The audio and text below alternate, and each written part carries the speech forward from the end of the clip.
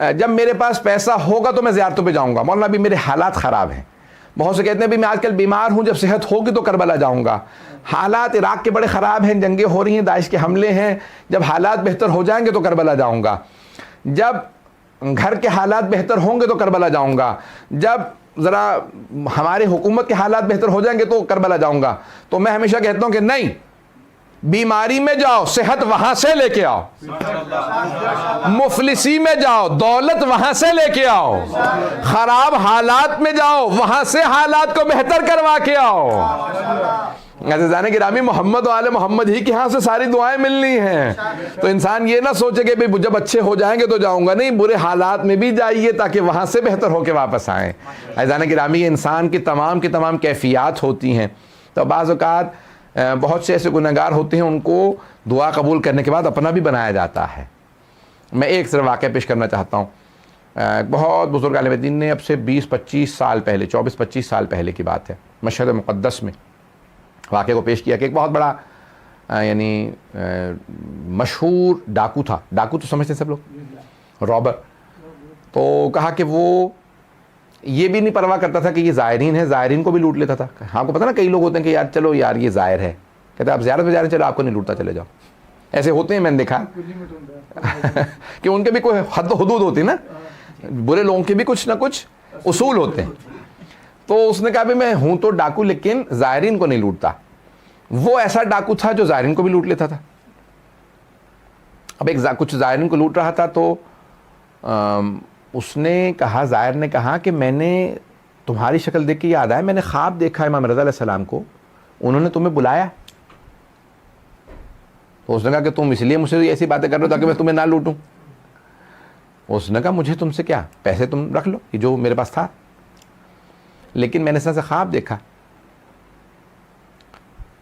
تو اب وہ تھا لٹیرا تھا لیکن اہل بیت کا ماننے والا. اچانک کسی عالم دین نے بھی کہا بھی تمہارے متعلق اس طرح سے خواب دیکھا کہ مولا رضا نے کہا کہ اس سے کہو یہ میری زیارت پہ کیوں نہیں آتا. اس نے کہا کہ مولا کو تو دھوکہ نہیں ہوتا، انہیں بتا تو دیتے میں ڈاکو ہوں، کس منہ سے جاؤں. اللہ اکبر. لیکن تھا ڈاکو، لیکن اس بات کا احساس تھا میں برا ہوں، مجھے پاک کے پاس نہیں جانا چاہیے. اللہ، پتہ نہیں بات واضح ہو رہی ہے نہیں ہو رہی.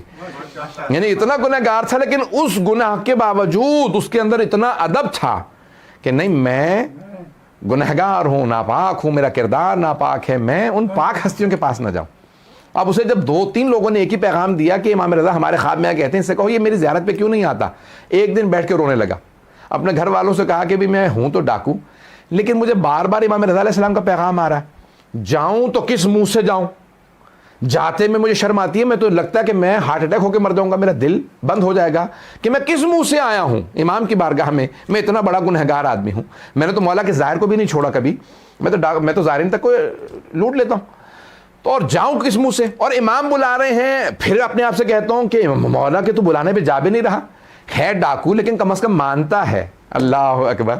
ان کے بلانے پہ چلا ہی جا. تو اب کیا کروں، رونے لگا. تو گھر والوں نے کہا مجھے نہیں معلوم کہ گھر میں والدین تھے کون. تو کہا، انہوں نے کہا بھی جو بھی ہو، تو نے ڈاکو اگر تو نے ڈکیتی نہیں بھی چھوڑنی، مولا کی بات کو تو رد نہ کر، چلا جا. اب اس نے کہا کہ ٹھیک ہے پھر میں توبہ کر کے ہی جاؤں گا. رونے لگا. اب جب رستے میں جانے لگا تو پھر تڑپنے لگا. کہا جاؤں تو کس منہ سے، میں سامنا کیسے کروں گا کہ بھی میں اتنا بڑا ڈاکو ہوں، میں کس منہ سے امام کے جاؤں.